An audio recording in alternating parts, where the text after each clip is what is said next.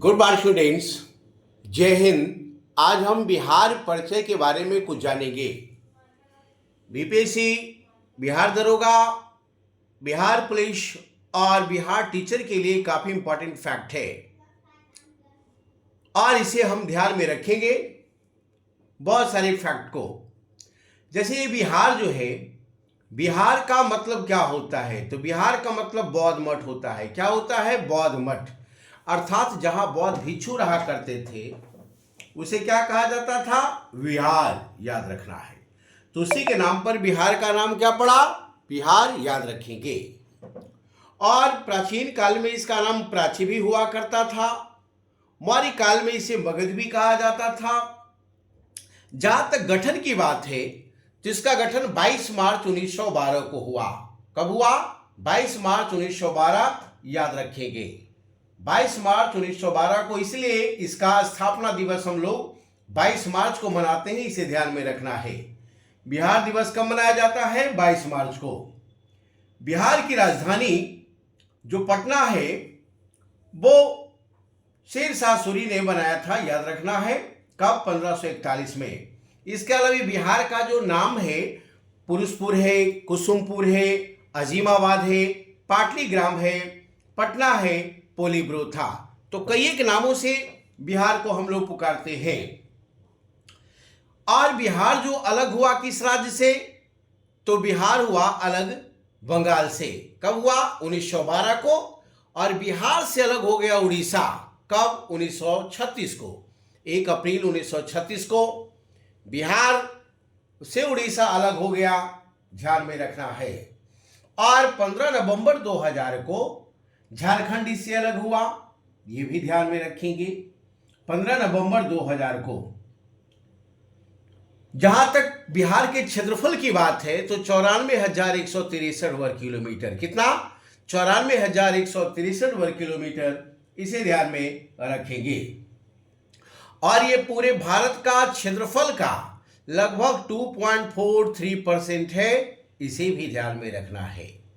जनसंख्या की बात हम करेंगे तो 10,41,00,000 जनसंख्या। कब से?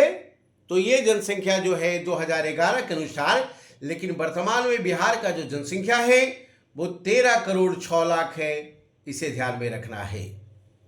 यदि हम जनसंख्या के दृष्टिकोण से बिहार की बात करें तो इसका तीसरा स्थान है और एरिया के दृष्टिकोण से 12वां स्थान है बिहार का। सेक्स रेशियो की बात करते हैं, लिंग अनुपात की बात करेंगे तो 918 होगा। और यदि child sex ratio of Bihar की बात करेंगे तो 935 होगा। इसे ध्यान में रखना है। कितना? 935 ध्यान में रखेंगे। जनसंख्या घनत्व की हम बात करते हैं, यानी प्रति वर्ग किलोमीटर बिहार में कितना लोग रहता है तो 1106। और मैक्सिमम जो जनघनत्व है वो शिवहर का है। कहां? शिवहर का। पूर्वी चंपारण और सीतामढ़ी के बीच में पड़ता है शिवहर। याद रखिएगा, ध्यान में रखेंगे। जबकि नेपाल से इसका बॉर्डर नहीं बनता है। बिहार में कुल जिले की बात करेंगे तो 38 जिला है। 39वां जिला जो है बाढ़ बनने की संभावना है। और अनुमंडल की बात करेंगे, सब डिवीजन की बात करेंगे तो 101 हो जाएगा। पूरे ब्लॉक की बात करेंगे बिहार में तो 534 हो जाएगा। और लिटरेसी रेट की बात करेंगे तो लगभग 62% साक्षर है बिहार में। कितना प्रतिशत? 62%। 61.8% साक्षरता है बिहार में। और मेल साक्षरता की बात करेंगे तो सर्वाधिक पुरुष जो साक्षर है कहां? रोहतास। और यदि हम महिला की बात करेंगे कि सर्वाधिक महिला साक्षर कहां, तो वो भी रोहतास। इसे ध्यान में रखना है। और सबसे कम साक्षरता की बात करेंगे तो पूर्णिया हो जाएगी। इसे ध्यान में रखना है। कौन? पूर्णिया। ध्यान में रखेंगे। और यदि हम अक्षांश देशांतर की बात करेंगे तो 24 डिग्री 20 मिनट उत्तरी अक्षांश से लेकर 27 डिग्री 31 मिनट उत्तरी अक्षांश तक और 83 डिग्री 19 मिनट पूर्वी देशांतर से 88 डिग्री 17 मिनट पूर्वी देशांतर तक इसका कुल देशांतरीय विस्तार है। ध्यान में रखना है। जहां तक नॉर्थ से साउथ की लंबाई की बात करें तो इसकी लंबाई जो है 345 किलोमीटर, और चौड़ाई वेस्ट टू ईस्ट की बात करें तो 483 किलोमीटर हो जाएगा। इसे ध्यान में रखना है। और गंगा नदी जो बहती है बीच से, बिहार के बीच से उत्तर और दक्षिण को लगभग दो भागों में बांटती है, तो ये गंगा नदी जो है इसकी लंबाई 445 किलोमीटर है। कितना? 445 किलोमीटर, ध्यान में रखना है। और बिहार की आकृति कैसा? तो आयताकार। कैसाकार? आयताकार, रेक्टेंगल। और बिहार का सबसे बड़ा जिला जो है पश्चिमी चंपारण। कौन? पश्चिमी चंपारण। लगभग 5228 वर्ग किलोमीटर है। और सबसे छोटा जिला की बात करेंगे क्षेत्रफल के अनुसार तो ये शिवहर हो जाएगा, 444 वर्ग किलोमीटर। इसे ध्यान में रखना है। बिहार की जलवायु की बात करेंगे, क्लाइमेट की बात करेंगे, तो बिहार की जलवायु उपोष्णकटिबंधीय जलवायु है। इसे ध्यान में रखना है। कैसा? उपोष्णकटिबंधीय जलवायु।